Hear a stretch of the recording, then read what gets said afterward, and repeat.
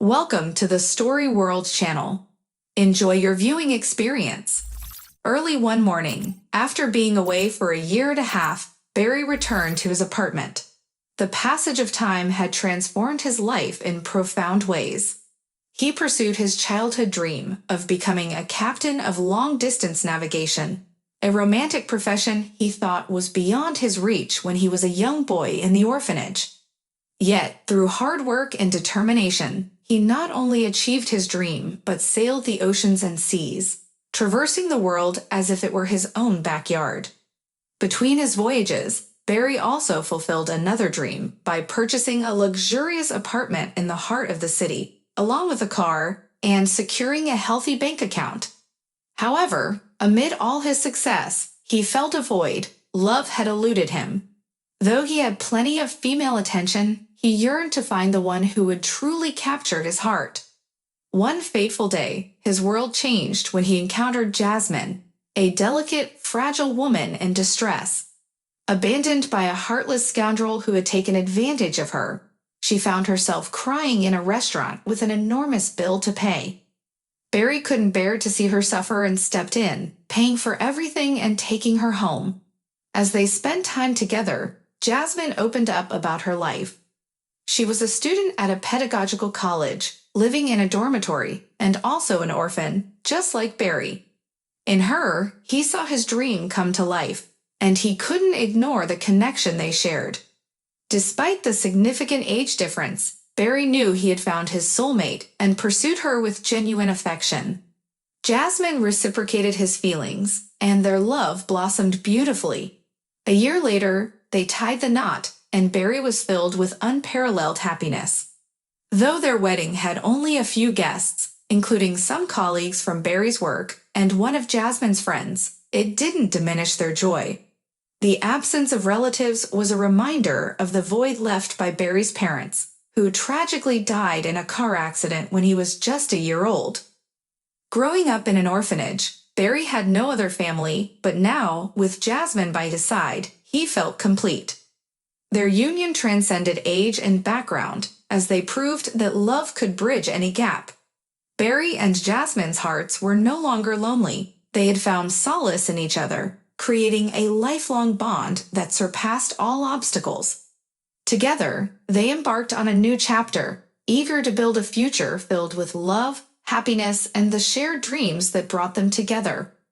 Jasmine confided in him, revealing the heart-wrenching truth that she had been left on the doorstep of an orphanage as a helpless newborn. Her negligent mother remained a mystery, never to be found. Now they stood together, their lives intertwined, building a strong and loving family. Jasmine's commitment to being a good housewife was apparent, though not everything went flawlessly. Yet Barry only smiled, realizing the triviality of mishaps like an oversorted soup or a burnt shirt when he had Jasmine by his side. However, there was one challenge that weighed heavily on both of them: Barry's frequent and prolonged journeys. Though Jasmine worried, she gradually grew accustomed to his absences. Then, a fateful voyage turned into a nightmare when pirates attacked Barry's ship. Despite living in the 21st century, pirates still roamed the seas, and the crew found themselves captured and their cargo looted. Confined to a dank and grim basement, the sailors faced an uncertain fate. The pirates demanded a ransom, but the response from home was disheartening. No one seemed eager to save them. As days passed, the sailors watched and learned, realizing the mortal danger they were in. Then, through a stroke of incredible luck, or perhaps divine intervention, they managed to escape through unimaginable routes, ultimately finding refuge in an embassy before making their way home. However, Barry's journey back was plagued by unforeseen delays and management issues. A month passed before he finally reached his hometown. Anxious to see Jasmine again, he had called her multiple times, but his last week of attempts went unanswered. The feeling of alarm surged within him as he pushed open the door to his apartment with the familiar key, which he had luckily retained during his perilous adventures. As Barry stepped into the apartment, an unsettling feeling washed over him as he noticed Jasmine's absence. It was still early, so he couldn't fathom where she might be. Upon closer inspection, he realized that she hadn't been home for several days. The sight of a cup covered in mold and tea remnants in the sink, along with a layer of dust, indicated that something was amiss. Jasmine might not have been the most meticulous housekeeper, but this level of neglect was unlike her. Concerned, Barry immediately dialed Jasmine's number, only to find it unavailable. Worry gnawed at him, and he began calling their friends, hoping someone would have information. Unfortunately, none of their friends knew anything either. In a last attempt to gather information, Barry turned to the neighbors, but they were equally clueless. Feeling desperate and fearful, Barry sought help from the police. To his horror, they revealed the heart-wrenching truth. Jasmine had passed away a week ago in a tragic bus accident in the countryside. The news hit Barry like a tidal wave of grief and confusion. Why had Jasmine traveled to the village? What had she forgotten there? As Barry questioned the police, he discovered that Jasmine's mother had taken charge of everything herself. But there was a fundamental misunderstanding. Jasmine had grown up in an orphanage, not with a mother. The revelation left Barry indignant and angry, yearning for clarity and answers. Determined to understand the truth and pay his respects, Barry learned the location of Jasmine's burial. She was laid to rest in the same village where the accident occurred. Visiting the rural cemetery, he found her fresh grave adorned with wreaths and recently wilted flowers. Pictures of Jasmine, capturing her youthful and radiant smile, were placed lovingly next to the cross. The reality was difficult to bear. How could someone so full of life and beauty be gone so soon? As he knelt by her grave, Barry whispered heartfelt apologies, longing for the chance to hold her once more. He shared the depth of his love, recounting the trials they faced together, and the dreams that were shattered with her untimely passing.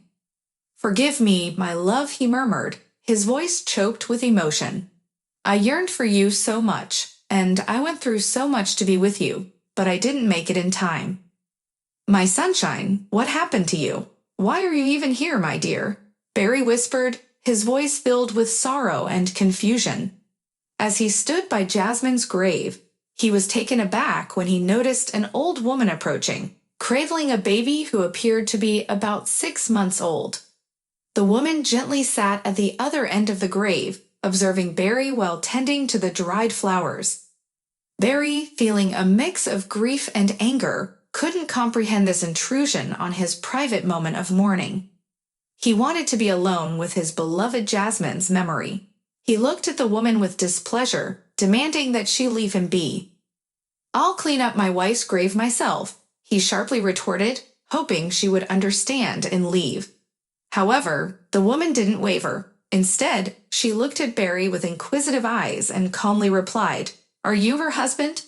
He was taken aback, surprised that Jasmine had never mentioned a mother. Feeling defensive, he snapped, "I was on a business trip. Why should I answer to you? I said go away." The woman then dropped a bombshell, "But I'm Jasmine's mother." Barry's confusion was evident as he struggled to make sense of this revelation. He remembered Jasmine telling him she had grown up in an orphanage. He accused the woman of lying, but she insisted it was the truth, explaining that Jasmine had been ashamed of her humble origins.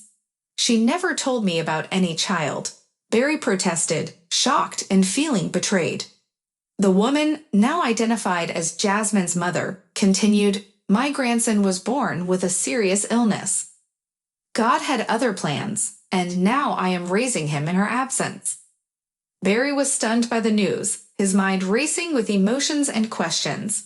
He felt both anger and regret for not knowing about the child, but his heart softened as he realized the depth of the woman's grief. Filled with an overwhelming urge to understand and find closure, Barry stopped the woman from leaving, asking her to join him at his house to talk further. He wanted to understand everything and figure out what to do next. "Let's go to my house where we can talk," he suggested, offering to drive them there.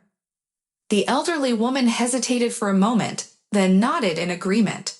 Barry gently helped her and the baby settle into the back seat of his car, embarking on a journey that would unravel secrets and bridge the gap between the past and the present. Intrigued, he stole a quick glance at the baby's cherubic face, trying to make sense of the situation.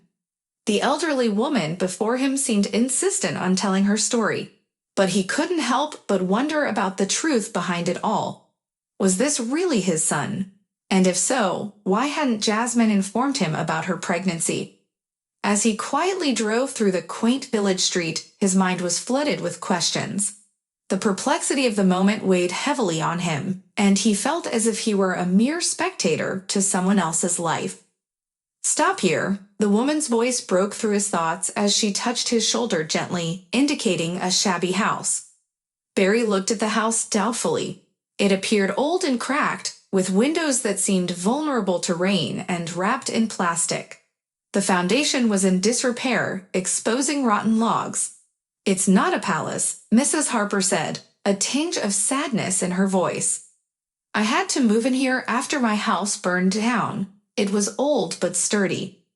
Barry couldn't fathom how anyone could live in such conditions. Yet, the elderly woman's story continued as she explained how a short circuit had nearly claimed her life, leaving her with nothing but this rundown house, which she had to fix up on her own. Suspicion gnawed at Barry as he considered her words. Was she trying to swindle him for money? Could she be using this child, Sam, to manipulate Jasmine and him? Despite his doubts, he chose to listen to Mrs. Harper's narrative. She showed him the inside of the house, humbly maintained thanks to the help of generous neighbors. They had rallied around her after the fire, providing clothes, furniture, and even items for Sam. As Mrs. Harper put her grandson to bed, Barry's impatience grew. He wanted answers, particularly about Jasmine. The elderly woman returned with a thick album, the sole surviving memento from the fire. Intrigued, Barry took a look at the album, flipping through its worn pages. Faces and memories stared back at him, and he couldn't help but wonder if he'd recognize someone. "I don't know why I saved it," Mrs. Harper confessed. "No documents or belongings, just this album. But somehow, I knew it might be useful one day. Perhaps you'll recognize someone in there." Barry's heart raced as he opened the album, revealing a series of photographs that seemed to tell a story. The first photo displayed a young woman, bearing a striking resemblance to Jasmine, holding a little girl in an adorable hat. Barry couldn't help but wonder who the little girl was, perhaps a relative or a friend. As he flipped through the pages, he noticed more snapshots capturing moments of a girl growing up. There was an older girl sitting by a flower bed, and another one playing with a ball by a serene lake, probably taken during her kindergarten days. The progression of images displayed her transformation from a school uniform-clad child to a young woman. Barry marveled at how much she had changed over the years, just through these photographs. However, his eyes locked onto the next picture, and he froze in astonishment. It was Jasmine, no older than a teenager, wearing a simple yet elegant evening dress with her curly hair cascading down her shoulders. She looked radiant, her smile captivating. Barry couldn't deny the truth. It was Jasmine, without a shadow of a doubt. The photo was taken at a prom, a moment he had never known about. Mrs. Harper, noticing Barry's intense reaction, whispered softly, "It's the last one in the album. Jasmine didn't send me any more photos." Confused and bewildered, Barry couldn't reconcile this revelation with what Jasmine had told him. "But how can that be?" he asked, searching for answers. Jasmine said she didn't know her mother, that she grew up in an orphanage. Mrs. Harper wiped away a tear, composing herself before explaining the truth. She revealed that she had given birth to Jasmine without the support of a husband. A visiting construction worker had caught her heart, but he left unexpectedly, leaving her pregnant and alone. Mrs. Harper was nearing 40 years old at that time. With a failed marriage behind her, her former husband having blamed her for their infertility. Undeterred by societal judgments and challenges, Mrs. Harper decided to raise the child on her own. Jasmine grew up to be a sweet and good-natured girl, but over the years, a change occurred in her. She started to resent her mother, complaining about their modest lifestyle. Mrs. Harper did her best to provide for Jasmine, taking on any job she could find. Alongside her work at the canteen, she toiled on the farm during winter and cleaned the floors at a local hotel. Jasmine's outbursts hurt Mrs. Harper, who had no intention of remarrying, especially to the few lonely men in the village, whom she deemed unsuitable. She merely wished to focus on raising her daughter and providing her with a decent life. But life's hardships took their toll on both of them, creating a strain in their relationship. As Mrs. Harper continued her poignant tale, Barry found himself torn between anger at Jasmine's deception and empathy for the sacrifices made by the woman before him. The album had opened a Pandora's box of emotions, unraveling a truth that shattered the perception he once had of Jasmine's past. The tale unfolds with a mother, Mrs. Harper, who ensured her daughter, Jasmine, was dressed no less impeccably than the other children in their village. Yet, despite their efforts, the community viewed them as destitute. As time went on, Jasmine's frustration grew, and she began to hold her mother responsible for their financial struggles. Upon Jasmine's graduation, she promptly approached Mrs. Harper, beseeching her to find the funds for her college education. Undeterred, Mrs. Harper ventured to the bank to secure a loan, only to face rejection due to her modest income. This rejection left Jasmine in tears, questioning why she couldn't have the same opportunities as her peers Megan and Becky, both of whom were off to prestigious universities with their parents' financial support. Mrs. Harper tried to console her daughter, reminding her not to compare herself to others whose circumstances differed vastly. Megan's father held a prominent position, while Becky's family had substantial resources as well. Mrs. Harper reassured Jasmine that she would find another school, and they would diligently save to contribute to her education. Frustration mounting, Jasmine expressed her desire to leave their current place behind and live in the city.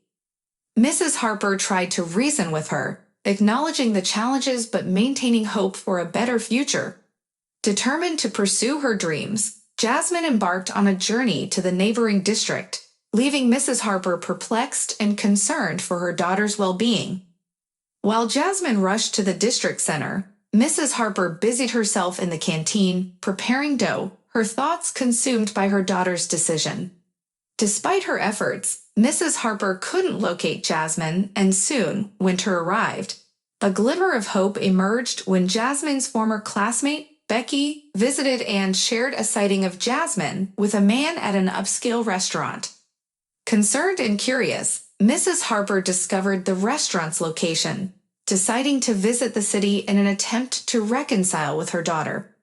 Finally, in the bustling city, Mrs. Harper caught a glimpse of Jasmine one evening, draped in an expensive fur coat, accompanied by an older man. The sight left Mrs. Harper both shocked and worried about her daughter's choices and the path she had chosen. In this evocative tale of dreams, desires, and hardships, the intricate emotions and human dynamics come to life, weaving a tapestry of complexity and unpredictability. Each character's journey unfolds with bursts of emotions and vivid experiences, painting a picture of life's twists and turns. Upon spotting her daughter, Jasmine, accompanied by a rich companion, Mrs. Harper's heart leaped with joy, and she rushed forward to embrace her. However, Jasmine recoiled and uttered hurtful words, claiming not to recognize her own mother. This painful rejection pierced Mrs. Harper's heart as she watched Jasmine enter the restaurant, the guards forbidding her from following. Eavesdropping on their conversation, Mrs. Harper discovered that Jasmine was involved in relationships with wealthy men, seemingly for financial gains. The realization left her heartbroken, and tears flowed freely as she retreated to the train station, consumed by grief at the loss of her daughter. Months passed, and Jasmine returned home in the spring, offering apologies and promises of taking responsibility for her actions. Mrs. Harper's hope rekindled, But come summer, Jasmine ran away once again, taking away her mother's meager savings and leaving behind a note with a brief apology, citing her inability to live in the village. Jasmine pursued her studies at college in the city, but her interactions with her mother remained distant. Despite living in a dormitory, Jasmine associated herself with affluent men, purposely keeping her mother at arm's length, ashamed of her humble origins. One day, news reached Mrs. Harper that Jasmine had tied the knot with a sailor, whom Becky described as an honorable man. Mrs. Harper saw this as a chance for her daughter to settle down and finally realize the pain she had inflicted on her mother. But as time passed, Jasmine's attitude remained unchanged. Desperate to reconnect, Mrs. Harper decided to visit the city last year. When she arrived at Jasmine's address, she was hopeful that her daughter would take her in after her own house had burned down. As she spotted Jasmine at the entrance, a surge of love and warmth overcame her. However, Jasmine responded with malice, questioning her presence. In her innocence, Mrs. Harper congratulated Jasmine on her impending motherhood, only to be met with a shocking revelation. Jasmine expressed deep resentment towards the unborn child, claiming he would be born with Down syndrome, a fact that she viewed as happiness. The conversation turned into a distressing exchange as Mrs. Harper struggled to comprehend her daughter's callousness. The complexity of emotions within this heartrending tale illustrates the intricate bonds between a mother and her child, and the unpredictability of human actions and decisions. Mrs. Harper's unwavering love and longing for Jasmine clash with her daughter's indifference and cruelty, leading to a tumultuous and emotionally charged narrative. "Sweetie, calm down," her mother said, attempting to soothe Jasmine's distress. Nowadays, they do a lot to help children in such situations, and they often turn out to be just as normal as anyone else. Jasmine let out a bitter chuckle, her emotions still swirling inside her. "Normal? Do you really think so?" she retorted. "What does your husband have to say about this?" she asked, referring to Jasmine's absent father. "He's doing fine," her mother replied. "Becky told me she heard good things about him." Jasmine rolled her eyes at the mention of Becky. "As always, Becky talks nonsense," she scoffed. "It's a relief she never saw me pregnant. Otherwise, the whole town would know by now." Jasmine smirked, her words laced with bitterness. "And as for my husband, he's out of town and doesn't even know about the baby. I haven't found the right time to tell him yet, or perhaps I won't bother doing so." "But Jasmine, how can you simply give up the baby?" her mother implored, deeply concerned. Jasmine's face hardened, and she replied coldly, "I don't need a fool for a husband, and he'll find out eventually. As for the neighbors, they're not as nosy as in the village. No one interferes with anyone's business here. So I expect you to keep your mouth shut and not tell anyone about my pregnancy." Mrs. Harper felt a mix of sadness and disbelief at the cruel behavior of her own daughter. How did this happen? She wondered, trying to understand what went wrong in Jasmine's life. Perhaps, she thought, Jasmine had inherited some wayward traits from her father. Nevertheless, Mrs. Harper didn't abandon her daughter, but decided to stay in the city and work nearby, taking a job as a janitor in Jasmine's house. The living arrangements were far from ideal, as she was given a small room in the basement. Mrs. Harper kept a watchful eye on Jasmine as her daughter was taken to the maternity hospital. 3 days later, Jasmine returned home, her belly no longer carrying the baby. Mrs. Harper tried to talk to her daughter, but Jasmine wouldn't listen, blurting out that the baby had tragically passed away.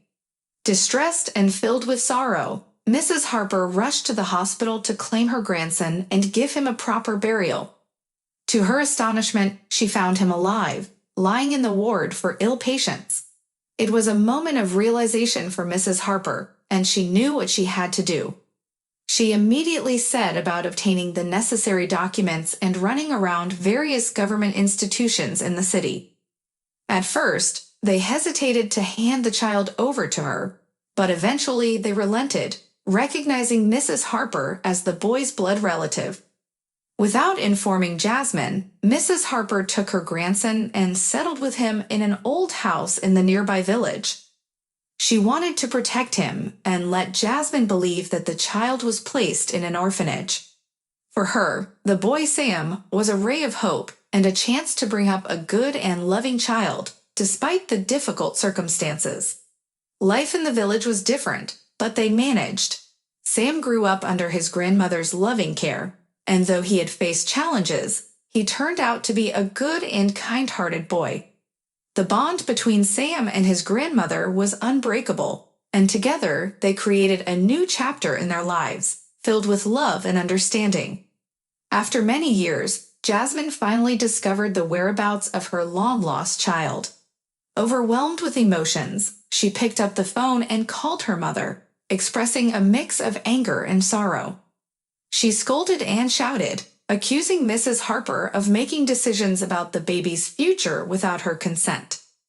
However, beneath her anger, Jasmine's heartache was evident as she admitted that she could never forget her child. The memories of his tiny hands and fluffy neck haunting her dreams at night. As Mrs. Harper listened to her daughter's torrent of emotions, she understood that Jasmine had come to terms with her past actions. "Come to us, daughter," Mrs. Harper urged gently. "See your son, hold him in your arms, and love him as you always have. Your husband will come to accept him too, I'm certain." Jasmine decided to heed her mother's words and set off to reunite with her son. Tragically, fate had other plans. On her way, Jasmine was involved in a devastating accident, leaving Mrs. Harper to bury her daughter and grapple with her own grief. Amidst her sorrow, her grandson Sam was a source of strength, helping her through the darkest days. Feeling an inexplicable pull towards Jasmine's gravesite, Mrs. Harper brought Sam along with her. To her surprise, she found a tall and strong man standing there, whom she immediately recognized as Jasmine's husband Barry. Deciding to be honest, she shared the truth with him, no matter how bitter and painful it was. Barry listened in silence, trying to process the revelations about his wife. He struggled to believe that Jasmine could keep such a secret from him and her own mother, not to mention abandoning their child. "I need time to think about everything," he finally said, his voice barely a whisper, before leaving, stealing a glance at the baby's room as he went. The child, lying peacefully in the crib, had unique features characteristic of his illness, making it difficult to determine who he resembled. Barry left, his mind racing with questions about what to do next. His first step was to inquire with the neighbors, who hesitantly confirmed that Jasmine had indeed been pregnant. Seeking more information, Barry made his way to the maternity hospital, hoping to find answers about his son's past and medical condition. He knew that uncovering the truth about Jasmine's actions and the child's early life was crucial to making the right decisions for his son's future.